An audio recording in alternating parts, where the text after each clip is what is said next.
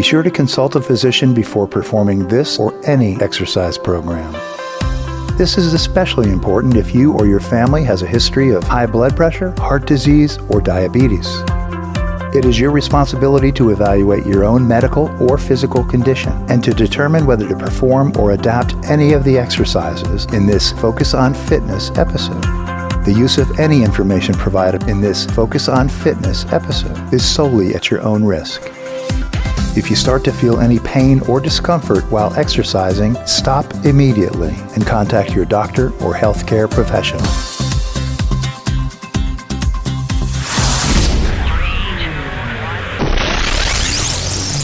Focus on fitness. You didn't even know you had a muscle there. Goals, man. Goals. Love it. 15 seconds. You're doing great. Hold it. A plank. You know, a plank is a full body exercise, and it's a love-hate exercise, actually. 5, 4, 3, 2, and rest. It's worth it. Hey, Maria, how you doing? I'm doing great, Jeff. How are you? I'm doing good. I heard we're going to be talking about dumbbells and weightlifting a little bit. Yeah, and that is not a dumb topic. Oh, no, it's a handy one, though. We're on a roll. There we go. From Walmart, Target, you can always pick these things up, and they're very inexpensive, and they stow away pretty good. Yeah, I keep mine under my couch in my office. There's a nice little gap, and I just shove them all under there because nobody wants to kick a dumbbell. Nobody.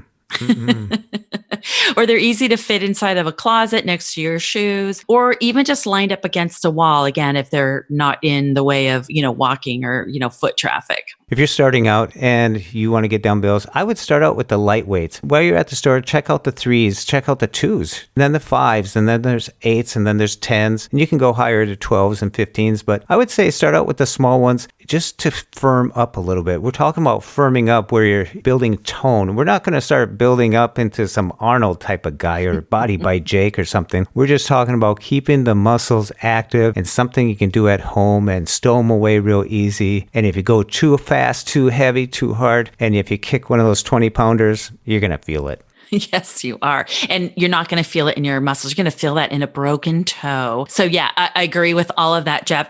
Tightening and toning is kind of where it's at right now. Using lighter weights, more repetitions is going to do that. Now, keep in mind, if you pick up a pair of 3s and 5s, say, you can always hold a 5 and a 3, and it makes an 8-pounder. See, Jeff, I can do math. I'm pretty smart. Yeah, I know. I thought about that one for a while. We'll have to change the title of this podcast. I didn't even ask Siri. I did it in my own head. Okay, so more math. If you hold both 5s in one hand, it's a 10-pound. So you can mix and match the weights to make heavier weights. So keep that in mind as well. But don't go out and buy 20s, like Jeff said, and think you're going to become the next Arnold Schwarzenegger and, enter a physique contest, because that's just not going to happen. You're going to injure yourself, and that's not going to end up well. No. I mean, I've seen some of these weight systems where you can interlock the weights and you can just put it back in, twist, and all of a sudden you got 8 pounds, then you twist again, and then you can pick up more. But what I'm talking about, these are small little dumbbells. They actually look like a dog bone almost. They almost look like a cartoon dog bone. Yes, they do. They do. And the small ones that are little 1 or 2 pounders, in class, I joke and call them Barbie weights because they're usually pink. I don't know why. They're usually pink and they look like little Barbie weights. But hey, there's times that if you are new to holding weights or you have any injury, it is best to hold that lighter weight if you need to. So don't be afraid of the Barbie weight or the little baby dog bones. Don't be afraid of them. No, don't be afraid. What I like to do with dumbbells is just do some curls, work the bicep a little bit, or I want to do a press. I would say start out sitting down. Get your space, make sure that you're not going to be swinging your arm or moving it in a position where you're close to your TV or an aquarium or something. You just want to have your space and, preferably in an open area. And you might want to bring the chair in that area and use that as a kind of a anchor, a point of reference. So either you want to sit down with it or we'll put a knee on it and then do some weightlifting. But there's lots of little things that you can do with dumbbells. Yeah, I totally agree, Jeff. And one thing to keep in mind is that maybe grabbing a dining room table chair without arms, because if you're going to be doing bicep curls or any other kind of exercise where your arms are down by your side, the arms of the chair are going to get in the way. So just keeping that in mind, or a stool, a kitchen stool, but only if you have really good balance. And if those arms make you feel a little bit more steady, then hey, use a chair with arms. I agree 100%. Safety first, right, Jeff? Safety first. That's right. Now, a curl, that's doing your bicep. You're going to work the bicep. So if you hang on to the dumbbell straight down by your side and then curl it up so your wrist comes up towards your shoulder and then back down again. And when you're bringing it back down, that resistance, when you bring it back down, you're actually working your tricep a little bit. So always have a controlled motion. Count it out. You can do 2 dumbbells, 1 in each hand at the same time, or just work one side at a time and then switch over to the other one if you only have 1 dumbbell. So some people buy 2 2s, 2 5s, 2 10s. Some people just buy 1 of each and do it independently. Doesn't matter. You're still working the muscles. Absolutely. And keep those elbows really tight to the rib cage. We don't want you to move the upper part of the arm. We only want you to move the forearm. And like you said, Jeff, you want to control that weight up and you want to control the weight down. And you can vary the count as well, Jeff, is you can do 2 count up, 2 count down, or you could do 5 counts up, 5 count down, or singles, just up and down.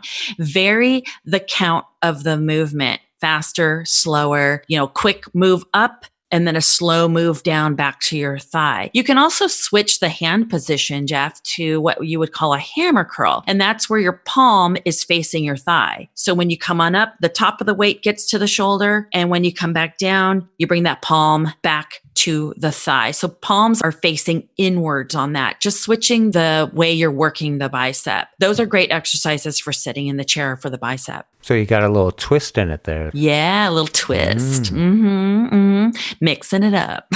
So another thing is the press. Say you're sitting down in the chair and you take the weight in your hand, palm facing away from you, knuckles up, and you lift it from the shoulder straight up above your head and then back down. And your elbow would be facing outward away from you, but then it's a controlled motion up and then down. You can do both, again, 1 in each hand or 1 at a time. Yeah, again, different counts as well. I tell people in my classes that the starting position is like a goalpost where you have your arms up and your elbows are aligned with your shoulder and your wrist is right above your elbow. So your arms are in a goalpost position. And that's the starting position and the ending position. So maybe that would help folks listening a little bit more visual of what your arms look like. But the other thing I want to mention to make it a functional exercise is that when you press up, you come a little bit in front of your head and then you come back down to that goalpost position. Shoulder, elbow lined up, wrist right above your elbow. Now,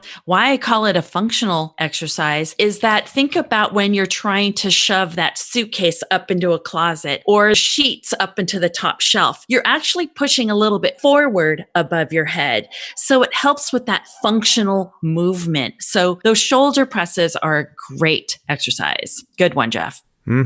Now you had another one where you actually just lift the weight straight out in front of you. Yeah, just a front raise. It's another shoulder exercise. And all it is, again, it can be done sitting or standing, as the other exercises we've already talked about. And the starting position is going to be right by your thighs, and you're just going to raise right in front of you, right to shoulder height. Elbow is slightly bent, never lock your elbows. And then you're going to just bring it back down right on the outside of your thighs. You can also change it up by angling your arms out towards more the corner of the room and then bring it down. So front or at an angle, a little bit out towards the side and down. And you can vary the count, 1 arm at a time, both arms. Another great one for the shoulders. When you're working these, especially with the curls too, you want to make sure that you keep your back straight up and down and do not start moving at your hips or your back and swinging. You really want control of this. So you're isolating those muscles, those shoulders or those biceps when you're doing this so you can really focus on that concentration. Otherwise, you can hurt yourself if you're not careful. You don't want to be jerking around. With this light of weights, you should be able to work in into something that's real comfortable and you can really concentrate on the muscles that you want to impact. Absolutely. You want to keep in mind what muscle group you're working at all times. If your mind slips from that, then you're going to get sloppy. Okay. I've seen it. People do it all the time. You've got to keep in mind what muscle group you're working. Another one, Jeff, that will help work the back of the arm is a tricep overhead press. And it sounds complicated, but it's not. And again, it can be done with one arm at a time and can be done with different counts. And how this exercise is done is that you're going to put your arms straight up from your shoulders, elbows to ears, and your weights are going to be right above your head. You're going to bring your arms back behind your head, bending at the elbows so that the dumbbell ends up right behind your head. And then you're going to lift by straightening your elbows and the weights will end up right back above your head. That is one overhead press. Again, you can do one arm at a time or hold one weight. You hold a weight at each end and you simply do it with one weight, or you hold one weight in one hand and do it with one arm. Now, again, several counts, whatever it may be, but this is going to work the back of that upper arm, which, we all need a little work back there. Well, I'm just saying, just maybe I do, but for those of you who do, it's a good one. And if you think Maria Johnson needs to work, no, I'm just kidding. Email us in at. Yeah, exactly. That's a really good exercise because you can really tell when you've been working your triceps, because that's one of the areas that really can get defined. Like when you straighten your arm out and reach around, and you'll be doing these exercises. If you're working your biceps, your tricep, go ahead and touch those muscles after a good workout. If you don't notice it then, you'll notice it the next day if you're doing it right, because you'll feel the burn. So I suggest if you're going to do these exercises, do them every other day and switch them up so you're not always concentrating on one muscle group at all the time. Switch it up a little bit. Yeah, that people say, oh, I'm doing leg day and I have shoulder and back day and I have arm day. Well, that does hold true. You don't want to be doing biceps every day and pounding away at them. They just never gives them time to recover. And that soreness that we feel, Jeff, is the tears in the teeny tiny little fibers in our muscles, which is okay because when they repair themselves, that's when they build and become stronger. And that's that soreness. So you've got to give your muscles time to repair and recover. We call it ripped. Yeah. It's good stuff. It's good stuff. These are just practical things that you can do, affordable, have the weights set aside, like the storage that you talked about, Maria, but you pull them out, get done with it, put your stuff back, and you got a workout in. Yeah, make a little routine for yourself. Make a little schedule for yourself. Monday, Wednesday, Friday, or Tuesday, Thursday, arms, shoulders, whatever combination works for you. And that's the key. Make it work for you, nobody else. This is just little bits of information to hopefully help motivate you to add a little exercise into your day. It doesn't have to be a lot. Start small, work yourself up to something more when it's right for you. When it's right for you. Well said. Well, Maria, why don't you tell the listeners where they can find Maria Johnson, a.k.a. Girl Gone Blind, on social network? Thanks, Jeff. I do write a blog, and my blog is called Girl Gone Blind, and you can find it at girlgoneblind.com. You can find me on Facebook at Girl Gone Blind and on Twitter at girl_gone_blind.